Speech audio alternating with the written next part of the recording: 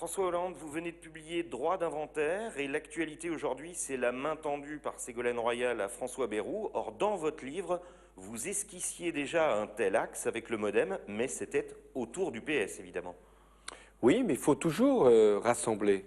Mais pour rassembler, il faut d'abord être fort, soi-même. Parce que sinon, personne ne veut venir jusqu'à vous. Il faut ensuite rassembler les plus proches, en l'occurrence pour le Parti socialiste, la gauche. Mais après, il faut s'élargir, et ça doit se faire au second tour de l'élection, dès lors que chacun part sous ses couleurs au premier tour. Alors nous sommes dans l'une des deux régions gouvernées par la droite, et pourtant cette région est dite centriste. Faut-il un accord en Alsace ? D'abord, cette région est gouvernée par la droite. C'est une des rares qui n'a pas été gagnée par le Parti socialiste en 2004, et j'en porte une part de responsabilité puisque j'étais premier secrétaire.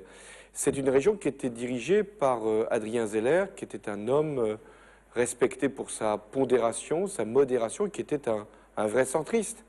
Est-ce que pour autant il faut faire un accord avec le MoDem? Nous verrons bien au second tour, mais pour le premier tour, il n'y a pas de victoire possible pour la gauche s'il n'y a pas un parti socialiste qui arrive en tête de toutes les familles de l'opposition. Et c'est ce qu'il faut faire derrière la candidature de Jacques Bigot. Alors beaucoup disent quand même que le Parti socialiste ne peut plus prétendre être forcément le premier parti de gauche. Les Verts, le MoDem qui vous tend la main. Est-ce que le Parti socialiste est toujours au centre de cet axe anti-Sarkozy? Si le PS n'est pas au cœur, au centre, n'est pas premier, il n'y a pas d'alternance possible en France. Il n'y a pas de possibilité de battre Nicolas Sarkozy. On ne me fera pas croire que c'est un candidat vert qui peut devenir le prochain président de la République. Pas davantage le responsable du MoDem, en l'occurrence François Bayrou, qui a des qualités, mais dont on sait très bien qu'il ne pourrait pas constituer autour de lui une majorité. Donc ça passe nécessairement par le Parti socialiste. Faut-il encore que ce parti ait la force nécessaire? Eh bien, il doit être fier de ce qu'il porte, conscient de l'enjeu des années qui viennent, et puis capable d'être incarné. Et c'est ce qui lui fait défaut, sans doute, depuis plusieurs années. Autre dossier récurrent, la guerre des chefs à la tête du PS. Déjà en 88, vous rappelez largement la guerre Jospin-Fabius. En 11 ans à sa tête du Parti socialiste, vous n'avez pourtant rien changé quand on voit la situation aujourd'hui. Moi, je ne suis responsable que des années où j'étais le premier secrétaire. Et j'ai fait en sorte, pendant les 5 ans de gouvernement Jospin, d'apporter la loyauté, mais aussi l'imagination du Parti socialiste. Et nous avons pleinement participé à cette période du gouvernement. Dans l'opposition depuis 2002, j'ai fait en sorte de garder l'unité du Parti socialiste. On m'a quelquefois fait le reproche d'être trop un homme de synthèse. On ne l'est jamais assez.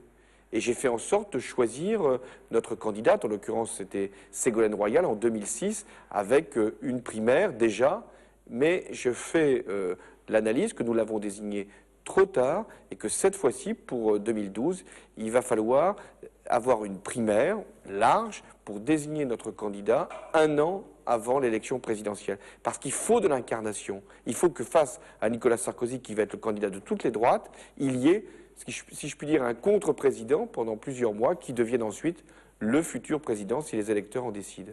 Alors on vous présente comme le champion de l'image, de l'information, vos détracteurs disent même de la désinformation.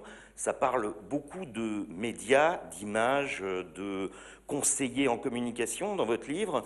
Est-ce qu'aujourd'hui en politique, le paraître est plus important que le message? Il faut que le message passe. Et celui qui ignore les configurations de la société médiatique se perd dans cette société.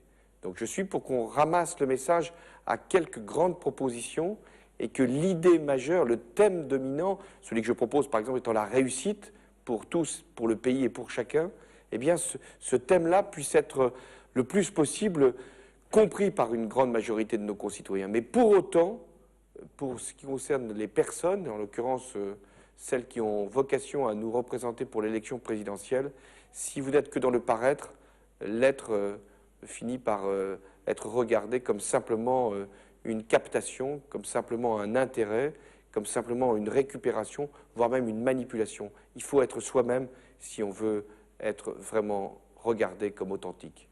Alors justement, comme vous êtes spécialiste, comment se fait-il que votre image ne soit peut-être pas la meilleure aujourd'hui des hommes politiques français? Oui, parce que moi-même, j'ai été, c'est normal, j'en ai assumé d'ailleurs les contraintes, j'ai été le premier secrétaire du Parti socialiste pendant 10 ans. Et donc j'ai été, c'était ma tâche, confondu, et c'était d'ailleurs une belle image pour ceux qui étaient socialistes, mais pas nécessairement pour ceux qui ne l'étaient pas. J'ai été confondu avec le Parti socialiste. Et aujourd'hui, le rôle qui est le mien, et c'est le livre qui en est une première illustration, je dois donner mes idées, fixer ma démarche, offrir une stratégie, donner des solutions. Et donc c'est maintenant non pas l'image que je